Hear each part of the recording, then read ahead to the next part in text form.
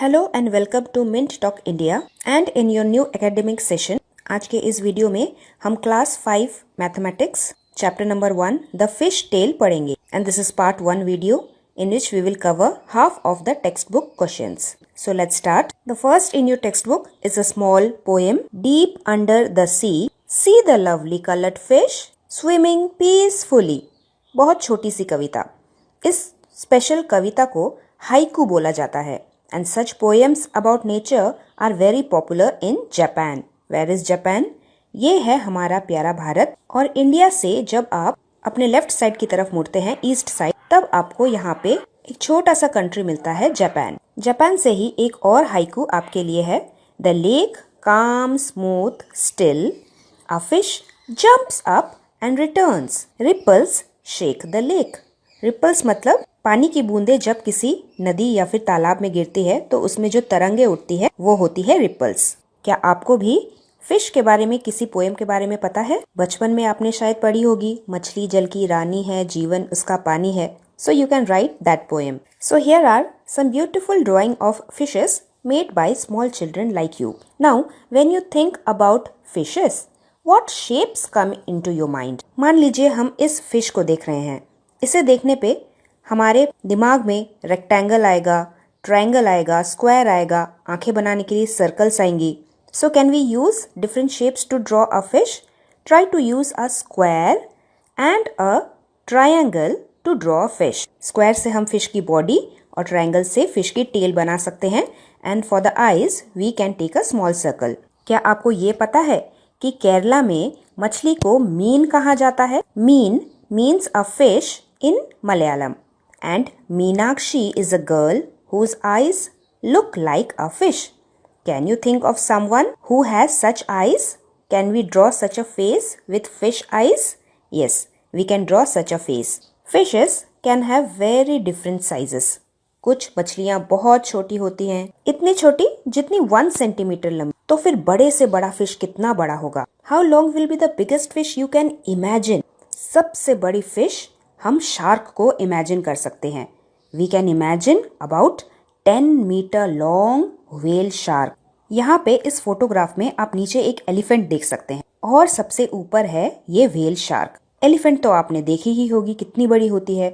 तो इस whale shark के आगे अगर एलिफेंट इतनी छोटी नजर आ रही है, so now just imagine how much bigger and long will be this whale shark. Can you tell me how many times longer is your big fish that is the whale shark than the smaller fish? हमने छोटी fish को 1 centimetre long माना है और सबसे बड़ी fish को 10 metre long imagine किया है। तो फिर ये 10 मीटर 1 सेंटीमीटर से कितना बड़ा हुआ? First we have to make the unit same. 1 metre is equal to 100 centimetre. 10 metre will be equal to 10 multiply by 100 that is 1000 centimetre. Now we can compare which is longer, that is 1000 times longer. My big fish is 1000 times longer than the smaller fish. अभी अभी जो हमने imagine किया अपने सबसे छोटे fish को, अपने सबसे बड़े फिश को, इस इमेजिनेशन को हम एस्टिमेशन भी बोलते हैं। Imagining any number, any digit as close as possible to our answer is called estimation.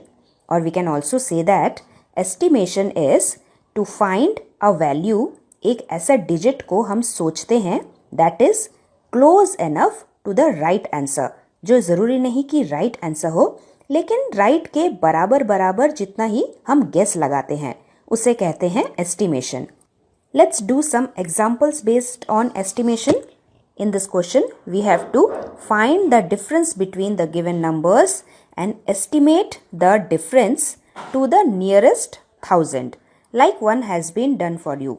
The difference between 68,957 and 59,874 is 9,083, but the estimated difference is 9,000 क्योंकि हमें नियरेस्ट 1000 के आसपास ही एस्टिमेट करना है। ये एस्टिमेशन हम कैसे लगाएंगे? मान लीजिए ये नंबर पूरा 68,000 है and this number is 59,000.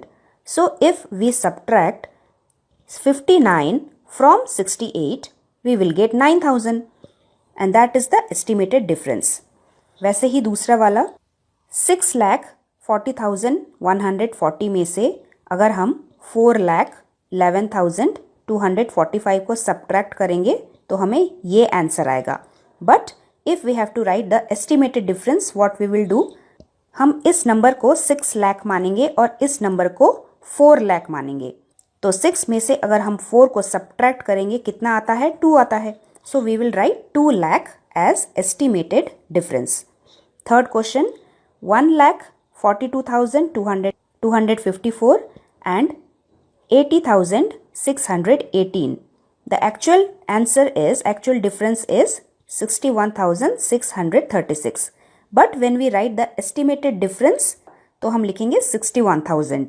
And similarly, last question में भी जब हम actual calculation करेंगे तो हमारे पास ये आंसर आएगा, लेकिन हमें अगर सिर्फ estimate करके, guess करके ही difference पता करना है, like here we will add 98,000 and 7,000, यानी कि टोटल 1 लाख के आसपास आता है.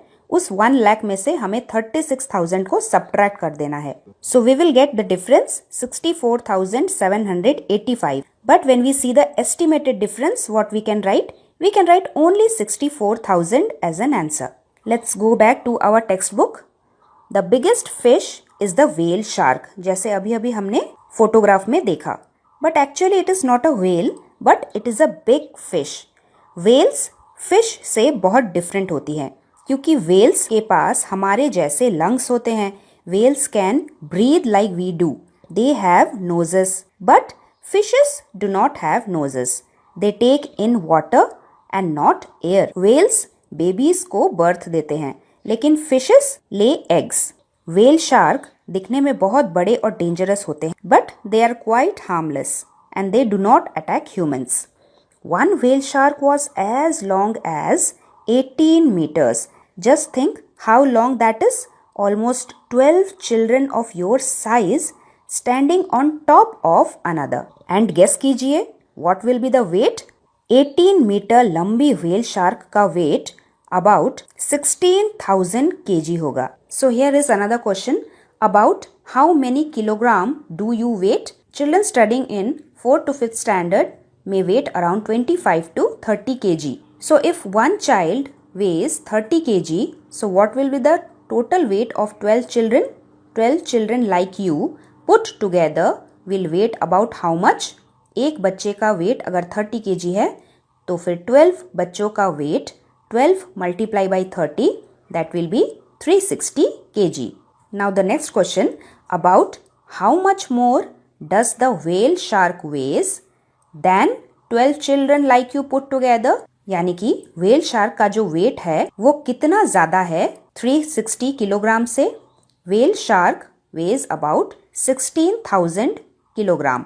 Wait of 12 children put together is 360 kilogram. So what is the weight? The whale shark weighs about 15,640 kilogram. Have you ever observed the tail of the fish? Now, to see the difference between the whales and the fish, we can look very carefully on their tails. Fish जो होती है उसका tail उसके body के साथ flat होता है, जबकि जो whale का जो tail होता है उसके body से 2 legs की तरह अलग होके निकलता है. And do you know that the group of big fishes is also called as the schools of fish. And in this way they can scare away the big fishes. छोटी छोटी मछलियाँ बिल्कुल आप जैसे छोटे छोटे बच्चों की तरह होते हैं.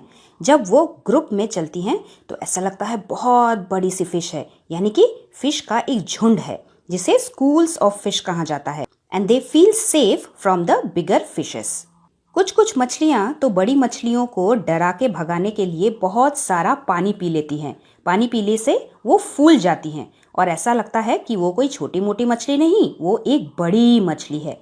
In the next activity, you can make many type of shapes and you can try to make the fish. In the next page, you have many different kind of fishes. This is the lobster, eelfish, red snapper.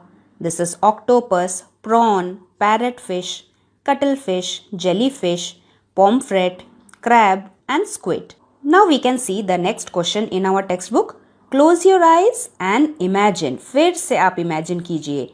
बड़ी बड़ी समुंदर की लहरों को। The sea with waves rising high.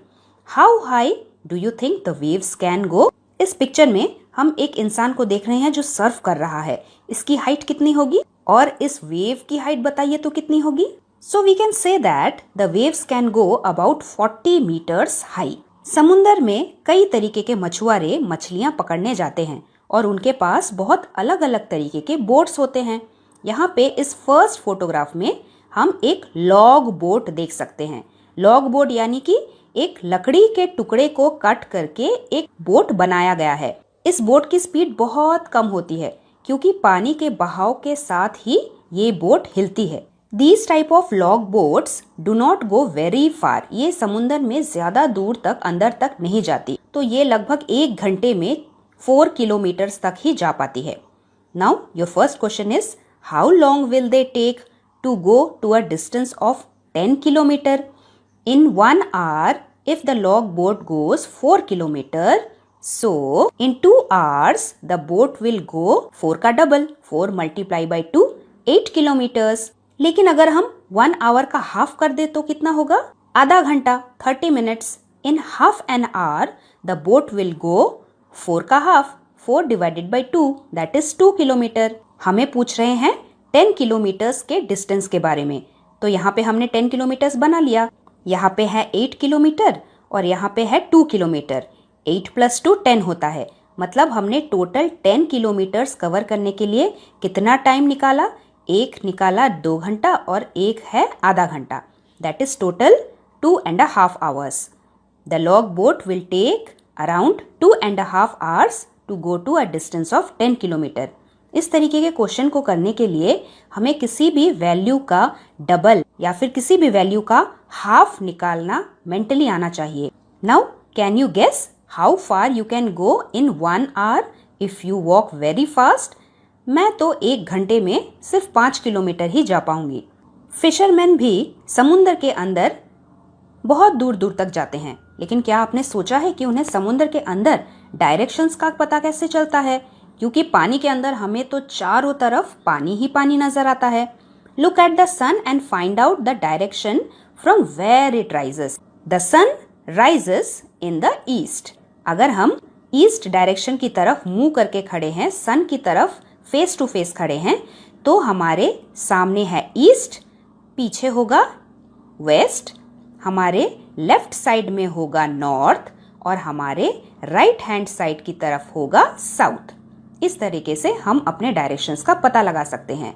वैसे ही fisherman भी जब समुंदर में चलते हैं तो वो सूरज को देखकर ही सबसे पहले ईस्ट मानते हैं, उसके बाद अपने पीछे वाले साइड को वेस्ट, अपने लेफ्ट हैंड साइड को नॉर्थ और अपने राइट हैंड साइड की तरफ को साउथ मानकर ही समुंदर में आगे बढ़ते हैं।